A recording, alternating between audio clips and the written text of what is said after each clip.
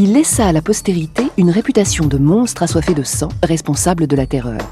C'était par ailleurs un brillant avocat, ce qui ne l'empêcha pas de perdre la tête, et sa carrière fut fauchée nette par le bourreau, le dit Thermidor. L'image d'un juriste à l'esprit très tranchant, des discours enflammés et un document à demi signé. Voilà ce qui nous reste de Maximilien Robespierre. Mais Galilée est allé interroger la mémoire de Paris. Ici, à Paris, rue Saint-Honoré, près des Tuileries, a vécu de 1791 à 1794 Maximilien Robespierre, que beaucoup considèrent comme le mauvais génie de la Révolution.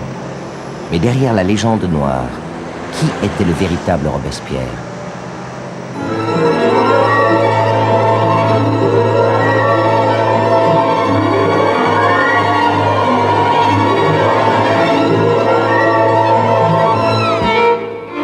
Robespierre, pour beaucoup, c'est l'image même du dictateur, du théoricien de la Révolution, précurseur de tous les régimes totalitaires modernes. Quiconque tremble en ce moment est coupable. Maxime, je vous en prie, écoutez-moi. Sur cette gravure, Robespierre, après avoir fait guillotiner toute la France, guillotine lui-même le bourreau. Il est assis sur un cercueil et piétine les constitutions de 1791 et 1793, entouré de guillotines. Cette image est une image thermidorienne, c'est-à-dire qu'elle a été fabriquée après la chute de Robespierre, dans l'intention directe de, je dirais, discréditer bien sûr le régime, mais également en quelque sorte de dédouaner la plupart de ceux qui entouraient Robespierre et qui ont été la cause de sa chute, les thermidoriens, et parfois les plus sanglants d'entre les terroristes. Donc cette image, je dirais, a une fonction d'exorcisme. Il s'agit de représenter Robespierre comme le grand dictateur, qui est en même temps une sorte de fou, de malade politique, et qui aurait été la seule cause de la terreur. En retournant sur les lieux, dans le quartier Saint-Honoré, où a vécu Robespierre, on va essayer de comprendre quelle était sa personnalité et quel a été son rôle dans la Révolution. Cette plaque, posée dans les années 1960, a dû être refaite à plusieurs reprises car elle a été vandalisée, brisée. Ce fait nous rappelle que Robespierre n'est pas un personnage neutre de l'histoire de France et que sa mémoire suscite encore aujourd'hui des polémiques. On peut entrer dans la maison et voir ce qu'il en subsiste.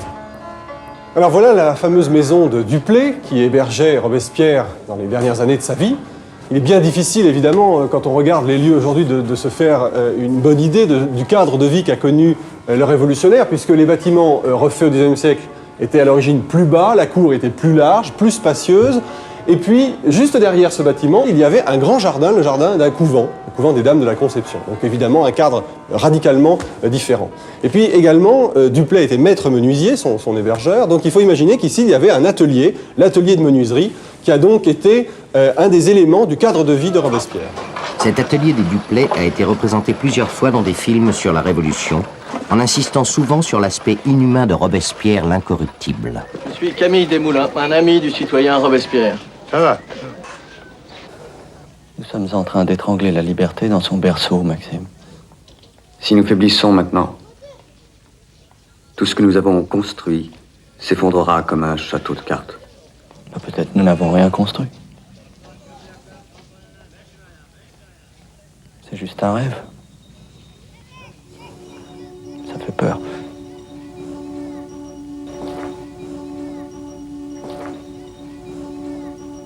Le sans-culotte Duplay, chez qui habitait Robespierre, était en réalité un grand manufacturier qui employait 70 compagnons, qui possédait 3 immeubles de rapport. Et la famille Duplay assure à Robespierre un accueil extrêmement favorable, de nature à préserver son autonomie, son indépendance d'homme politique. Nous sommes ici à Paris, au musée Carnavalet, dans un des salons du XVIIIe qui permettent d'évoquer l'atmosphère qui régnait chez les Duplay, où vivait Robespierre. Et l'on peut effectivement s'imaginer les soirées qui n'étaient pas forcément sinistres et qu'on passait, au cours desquelles les jeunes filles de la maison jouaient du piano forte, accompagnant Buonarroti qui chantait. Et on peut imaginer également Robespierre au coin du feu, le soir, lisant des extraits de son cher Jean-Jacques Rousseau, dans une atmosphère familiale, chaleureuse, incarnant parfaitement l'idéal de vertu privée qui est aussi celui de Robespierre. Élisabeth Lebas, l'une des filles de Duplay, rapporte qu'au début de chaque repas, Maximilien Robespierre demandait à l'ensemble de la famille de Duplay d'observer quelques instants de silence. Une prière, non pas véritablement, mais un moment de recueillement, de retour sur soi, pour mesurer le bonheur de vivre et exprimer dans un mouvement de confraternité l'amour des autres. Bref, une manifestation de ce que Rousseau appelait la religion naturelle. On se trouve ici à l'emplacement du club des Jacobins, où Robespierre est venu presque quotidiennement pendant la Révolution française. Le club des Jacobins, qu'est-ce que c'est? C'est une société où l'on se réunit pour parler de politique, pour refaire le monde, la société française bien sûr.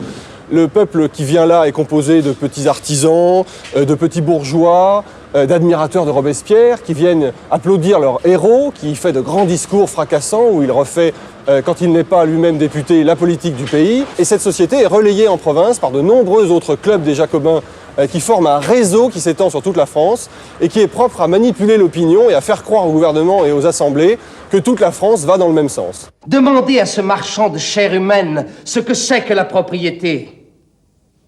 Il vous dira en montrant cette bière qu'il appelle un navire, où il a encaissé et serré des hommes qu'il appelle vivants. Voilà mes propriétés, je les ai achetées tant par tête. Le droit de propriété est sacré, mais il faut le limiter. Votre déclaration paraît faite non pour les hommes, mais pour les riches, pour les accapareurs, pour les agioteurs et pour les tyrans. Voilà la formule que Robespierre utilise en avril 93 pour résumer sa conception de l'ordre social et de sa condamnation de l'inégale répartition de la propriété. C'est cette volonté de régir l'ensemble de la vie de la société qui est parfois extrêmement inquiétante. Par exemple, dans cet extrait d'un rapport à la Convention, nous voulons un ordre de choses où toutes les passions basses et cruelles soient enchaînées, toutes les passions bienfaisantes et généreuses éveillées par les lois. Il y a cette volonté de régir de façon drastique l'ensemble des pensées de la société. Mais en même temps, il faut remettre cela dans le contexte de la rhétorique du temps, qui est une rhétorique absolument partagée par tout le monde, où je dirais c'est la valeur de la vertu qui est au centre de la politique. L'idée de l'être suprême et de l'immortalité de l'âme est un rappel continuel à la justice. Elle est donc sociale et républicaine. L'accusation de dictature formulée contre Robespierre est très ancienne. Elle date d'avant même la formation du Comité de salut public. Elle vient de Louvet, qui à la Convention avait lancé cette fameuse attaque qualifiant Robespierre de dictateur et de tyran. Alors je crois que s'agissant du Comité de salut public et de son rôle, cette accusation n'est pas fondée. Au Comité de salut public, il y avait une division du travail, il n'y avait pas de prééminence de l'un ou l'autre des membres, il n'y avait pas de président du Comité de salut public, mais une division entre les membres de l'essentiel des tâches. Et pourtant, la terreur, son système policier, ses arrestations arbitraires, ses exécutions quotidiennes sont attribuées par l'opinion publique au seul Robespierre. Paris comptait de nombreux endroits à guillotine, car il n'y a pas eu que des exécutions ici. Pourquoi? Parce qu'il y en avait trop, tout simplement. La terreur était un régime policier. Il y a eu énormément d'exécutions, d'ailleurs beaucoup plus de gens du peuple et de bourgeois que de nobles ou de gens du clergé. Et la place de la Révolution a été réservée aux grandes exécutions. Celle, bien sûr, de Louis XVI le 21 janvier, celle de Marie-Antoinette en octobre suivant, et puis celle de Robespierre, mise en scène avec ce goût qu'on avait au XVIIIe siècle autour de la mort, autour du mot historique qu'on peut prononcer lorsqu'on disparaît. La fin de Robespierre elle-même nous éclaire sur les principes d'un homme qui cherche à rester légaliste, réticent à l'idée de se mettre hors la loi. C'est ici, à la Conciergerie, que Robespierre a été emprisonné le 9 Thermidor. Ses collègues de la Convention l'ont décrété d'accusation au début de l'après-midi, sous prétexte qu'il aspirait à la dictature, mais également parce que les députés ont peur de Robespierre, qui a dénoncé dans son discours de la veille un certain nombre de prévaricateurs du régime.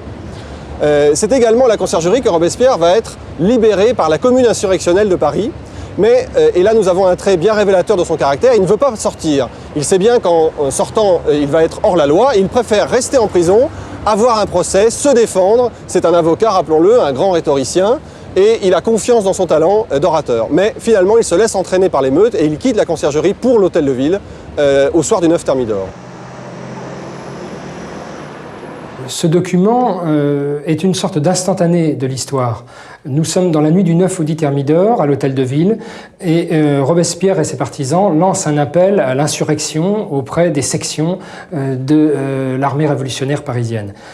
Un certain nombre de partisans de Robespierre ont signé le document. Robespierre s'apprête à le signer. Il commence à rédiger son nom. Les 2 premières lettres sont ici, visibles en bas du document. Et il est interrompu par l'irruption des troupes de la Convention, gravement blessé à la tête. Et la tache que vous voyez en bas du document est très probablement une tache de son propre sang. Pour mater l'insurrection qui est à l'hôtel de ville, la Convention va envoyer des troupes qui partent donc depuis la rive droite des Tuileries jusqu'à la place de Grève où se tiennent les sectionnaires qui, découragés, sans ordre, ont fini par abandonner la cause. Il y a un grand orage qui éclate en fin de soirée, la soirée donc est dramatique, nous sommes au mois de juillet, il fait lourd, et c'est sans coup férir que l'hôtel de ville va tomber aux mains des troupes gouvernementales.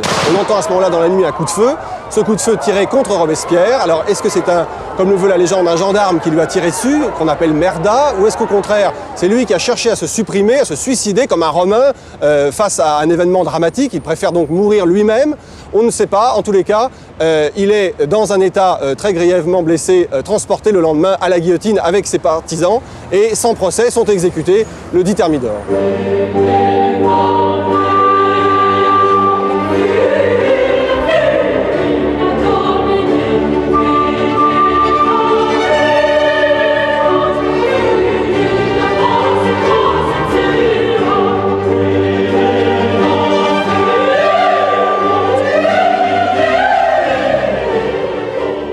Robespierre est un disciple de Rousseau et il ne faut pas juger ni de son action ni de ses idées à l'aune des préoccupations de notre époque contemporaine.